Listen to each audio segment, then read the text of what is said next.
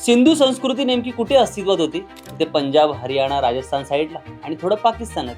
आणि जर मी तुम्हाला म्हटलं की सिंधू संस्कृती आपल्या महाराष्ट्रात सुद्धा होती, तर विश्वास ठेवायलाच लागेल. कारण आपल्या महाराष्ट्रात सिंधू संस्कृतीची अशी जागा सापडली होती आणि त्या जागेत अशी गोष्ट सापडली होती ज्यामुळे भारताचा प्राचीन इतिहासच पूर्णपणे बदलला.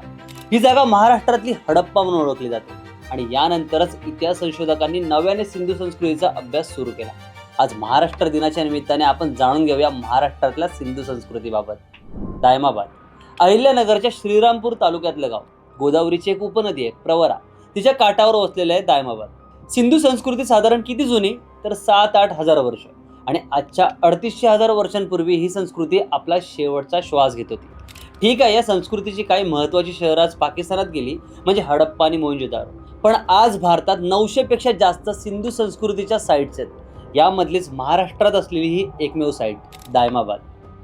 सिंधू संस्कृती अफगाणिस्तानपासून पाकिस्तान, भारताच्या पंजाब, हरियाणा, उत्तर प्रदेश, राजस्थान, गुजरात, थोडंफार मध्य प्रदेश आणि खाली महाराष्ट्रापर्यंत पसरलेली होती. जगातल्या सर्वात प्राचीन संस्कृतींपैकी एक.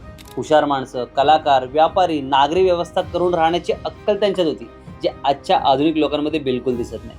ते सोडा, ड्रेनेज सिस्टम त्या काळी बनवले त्यांनी. तसं दायमाबादमध्ये जी सिंधू संस्कृती होती ती उत्तर काळातली होती. याच्याही आधी 2 संस्कृती ते दायमाबादमध्ये वाढल्या. एक म्हणजे सावदा संस्कृती आणि दुसरी म्हणजे जोरवे संस्कृती. पण दायमाबाद मधल्या उत्तर सिंधू संस्कृतीच्या काळात इथे अशी गोष्ट सापडली होती ज्यामुळे या जागेला भारताच्या इतिहासात महत्त्वाचं स्थान प्राप्त झालं. ती गोष्ट काय होती हे आपण जाणून घेणारच आहोत. पण त्याच्या आधी गायोजाला सबस्क्राईब केलं नसेल तर ते करून घ्या आणि आमच्या इतर अपडेटसाठी बेल आयकॉनवर नक्की क्लिक करा. तसं दायमाबाद हे सिंधू संस्कृतीचं दक्षिणेतलं सर्वात शेवटचं आणि महाराष्ट्रातलं एकमेव ठिकाण.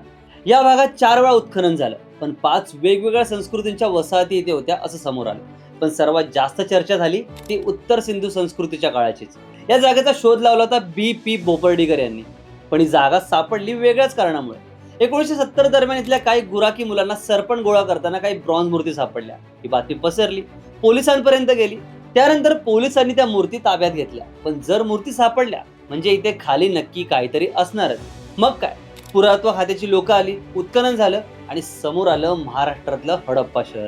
कारण इथे मिळालेल्या सर्व गोष्टी या सिंधू संस्कृतीशी मिळत्या जुळत्याच होत्या. मोठ्या प्रमाणात इथे पॉटरी सापडल्या, ब्रॉन्झच्या मूर्ती सापडल्या, दागिने, भांडी, सिंधू संस्कृतीचे सेल, धातूची साधनं आणि उत्तर सिंधू संस्कृतीच्या काळात इथे मोठी वसाहत होती हे सिद्ध झालं. दायमाबादमध्ये सापडलेल्या सर्वात रहस्यमयी आणि तितक्याच आकर्षक गोष्टी म्हणजे ब्रॉन्झच्या मूर्ती. इथल्या मूर्ती खूपच युनिक आहेत, इतक्या की हडप्पा, मोहनजोदारो सारख्या शहरांमध्ये अशा मूर्ती सापडल्याच नाहीत. या मूर्तीचा काळ जवळपास 3500 ते 4000 वर्ष जुना आहे. या मूर्ती आकाराने खूपच जाड आणि मोठ्या होत्या. या मूर्तीमध्ये सर्वात आकर्षक मूर्ती होत्या हत्ती, रानगवा, गेंडा आणि हा रथ. आता अनेकांना वाटत असेल की त्या खेळण्यातल्या मूर्ती आहेत, पण आकारानुसार निश्चितच या खेळणीसाठी नाही तर धार्मिक विधीसाठी वापरण्यात येत होत्या. एकटा हत्ती 20 किलोचा आहे आणि या प्राण्यांच्या पायाला चाक सुद्धा आहे. या सर्वात बेस्ट मूर्ती म्हणजे रथ. मी तुम्हाला वरती बोललो होतो की इथल्या एका गोष्टीमुळे इतिहास बदलला, तो हा रथ आहे. या रथाला बैल जोडलेले आहेत. या बैलांची शिंगा आपल्याकडच्या खिल्लारी जातीसारखी आहेत. त्यांचा मागचा भाग मात्र घोड्यासारखा दिसतो. हा रथ लढाईत वापरणाऱ्या रथासारखा दिसतोय. त्यात बसण्यासाठी जागा नाही, फक्त सारथी उभं राहण्याची जागा आहे. रथात एक पुरुष उभा दिसतोय, त्याच्या हातात काठी आहे, त्याच्या पायाजवळ एक कुत्रा उभा आहे, बाजूला 2 पक्षी आहेत, पुढे धरण्यासाठी कठडा आहे. रथाची चाकं भलतीच भरीव आहेत. सांगायचं झालं तर इतका प्राचीन आणि आर्टिस्टिक रथ आजपर्यंत जगात कुठेही सापडला नाही जो आपल्या महाराष्ट्रात सापडला. पण या ब्रॉन्झच्या मूर्तीमधून कितीतरी तर्क निघाले. या मूर्ती बनवण्यामागचा हेतू काय होता हेच कळलं नाही. जसं वरती मी म्हटलं की या धार्मिक विधीसाठी असाव्यात, त्यांची पूजा होत असावी. पण असं असलं तरी त्याचा पुरावा आपल्याकडे नाही, कारण सिंधू लिपी आजपर्यंत वाचताच आलेली नाही. इथे अजून एक गोष्ट अभ्यासासारखी होती. इथले शेतकरी प्रचंड प्रगत होते.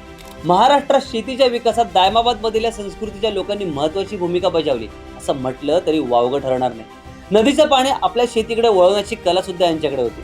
एकंदरीत काय, तर दायमाबाद हे केवळ सिंधू संस्कृतीचं स्थळ नव्हतं, तर महाराष्ट्राची खरी सुरुवात होती. इथली नागरी व्यवस्था, शेतीमधली प्रगती, कलाकुसर, व्यापाराचं धोरण या सगळ्यांमुळे फक्त महाराष्ट्रच नाही तर भारत सुद्धा बदलत गेला. ही संस्कृती लोक कधी आणि कशी पावली याची माहिती नाही, पण इथे सापडलेल्या सर्व गोष्टींमधून एक कळून येतं की आपला महाराष्ट्र 4000 वर्षांपूर्वी समृद्ध होता. अशीच नवनवीन माहिती जाणून घेण्यासाठी गाजवाजाला लाईक, शेअर, फॉलो आणि सबस्क्राईब करायला विसरू नका.